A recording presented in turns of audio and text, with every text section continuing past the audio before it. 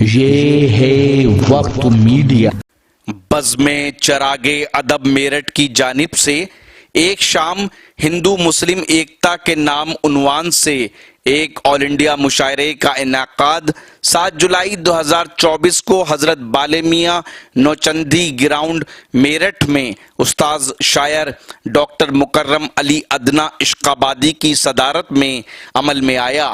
سرپرست مشاعرہ رہے عادل چودھری صاحب، مہانگر ادھیکش سماجوادی پارٹی میرٹھ۔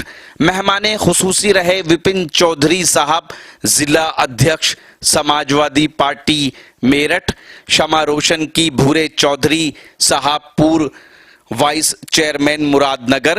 مہمان اعزازی رہے فاروق چودھری صاحب، وریشٹھ سپا نیتا مراد نگر۔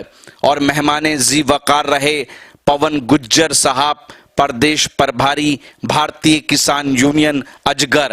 مشاعرے کے کنوینر رہے میرٹھ کے 2 ابھرتے ہوئے نوجوان شاعر رمیز واحد میرٹھی اور فیضان کاشمیری۔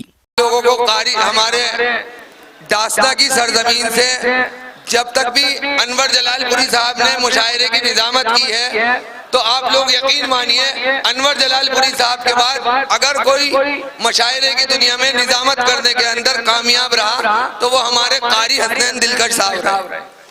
میں اب ان سے بڑے التماس کے ساتھ گزارش کر رہا ہوں کہ وہ آئیں اور اپنے کام کو سنبھالیں۔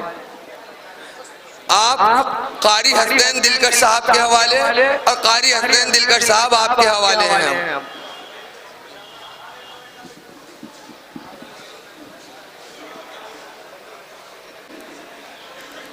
میری جبین عقیدت سلام کہتی ہے، قبول ہو کہ محبت سلام کہتی ہے۔ حضرات محترم، بزم چراغ ادب میرٹھ کے زیر اہتمام آج کا یہ ہندو مسلم ایکتا کے عنوان سے مشاعرہ جو منعقد کیا گیا، سب سے قبل آج کے مشاعرہ کنوینر عالی جناب فیضان کاشمیری اور جناب رمیز واحد صاحب اور ان کے تمام ساتھیوں کو مبارکباد پیش کرتا ہوں کہ انہوں نے اپنی دن رات کی محنت، لگن اور کاوشوں کے ساتھ آج کا یہ خوبصورت مشاعرہ منعقد کیا۔ حضرات محترم، جیسا کہ آپ تمام حضرات بخوبی جانتے ہیں کہ آج کے اس خوبصورت مشاعرے کی جو شمع روشن کی ہے وہ کوئی معمولی شخصیات نہیں ہے۔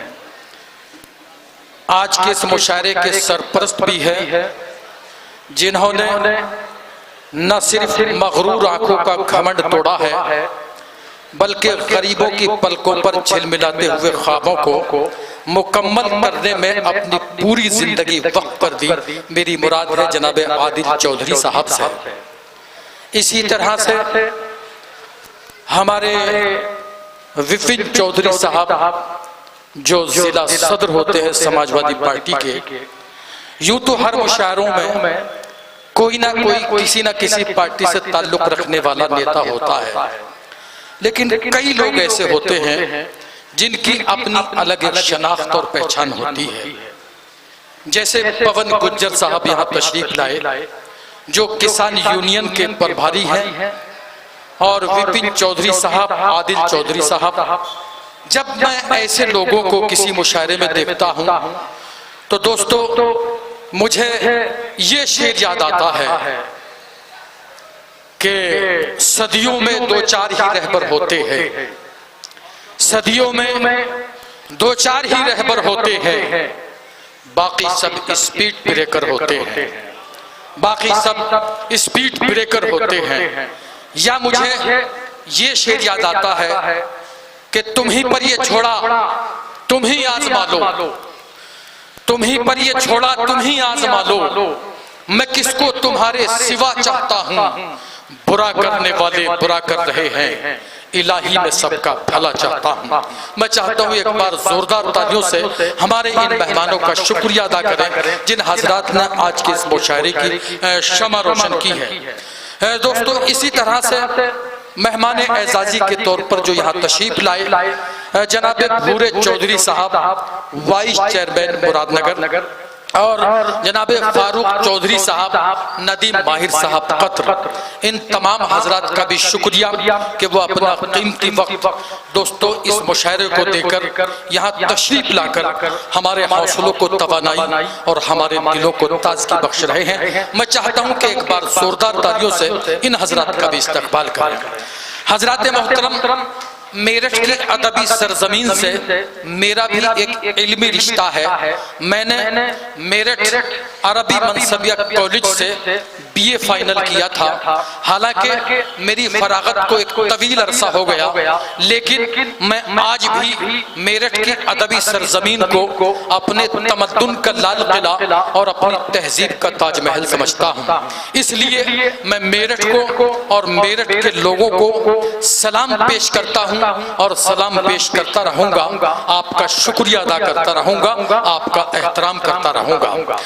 حضرات محترم، ان موضوعات پر مزید گفتگو ہونی تھی، لیکن چونکہ مشاعرہ تاخیر سے شروع ہوا، اب میں چاہتا ہوں کہ زیادہ مجھے طویل گفتگو نہیں کرنی چاہیے۔ آپ تمام حضرات کے صبر و تحمل کا امتحان نہیں لینا چاہیے۔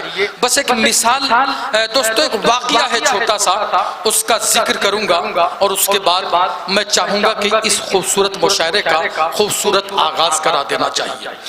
حضرات محترم، ایک شکاری کہیں سے مرغا پکڑ کے لایا اور شکاری نے کہا کہ تمہیں تمام رات خاموش رہنا ہے، اگر تم بولو گے تو صبح کو تمہیں کاٹ کر پکا لیا جائے گا۔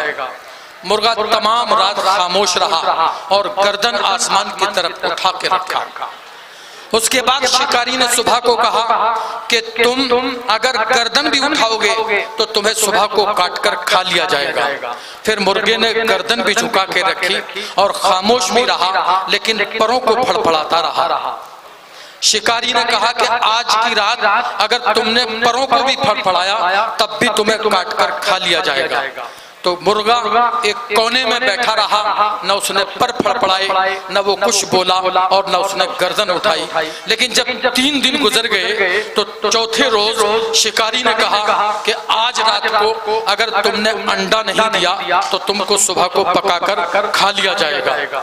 مرغا یہ سن کر رونے لگا تو شکاری نے کہا کہ میں نے 3 پابندیاں تم پر لگائی لیکن تم نے کچھ نہیں بولا، آخر یہ والی پابندی جب میں لگا رہا، یہ والی مانگ جب میں تم سے کر رہا ہوں تو تم رو کیوں رہے ہو؟ تو مرغے نے کہا کہ میں مارا اب بھی جاؤں گا، اور اگر تمہاری پہلی شرط خاموش رہنے والی نہ مانتا تب بھی مارا جاتا، لیکن میں اپنے مرنے کی وجہ سے نہیں رو رہا ہوں، میں اس لیے رو رہا ہوں کہ اگر میں شروع کی تمہاری پابندی نہ مان کر بول کر مرتا تو میرا ضمیر زندہ رہتا، لیکن میں مر اب بھی رہا ہوں، اب خاموشی کے ساتھ مر رہا ہوں، اب میں بھی مر رہا ہوں اور میرا ضمیر بھی مر رہا ہے۔ تو حضرات محترم، میرا کہنے کا مقصد یہ ہے کہ جو خاموش ہیں اور یہ سوچ رہے ہیں کہ وہ محفوظ ہیں، نمبر ان کا بھی آئے گا، اس لیے آپ کو بولنا ہے، بولتے رہنا ہے، چاہے شاعر کی زبان میں بولیں، چاہے سیاست کی زبان میں بولیں، چاہے عوام کی زبان میں بولیں، اس لیے کہ میں زندہ ہوں، اس لیے کہ میں بول رہا ہوں۔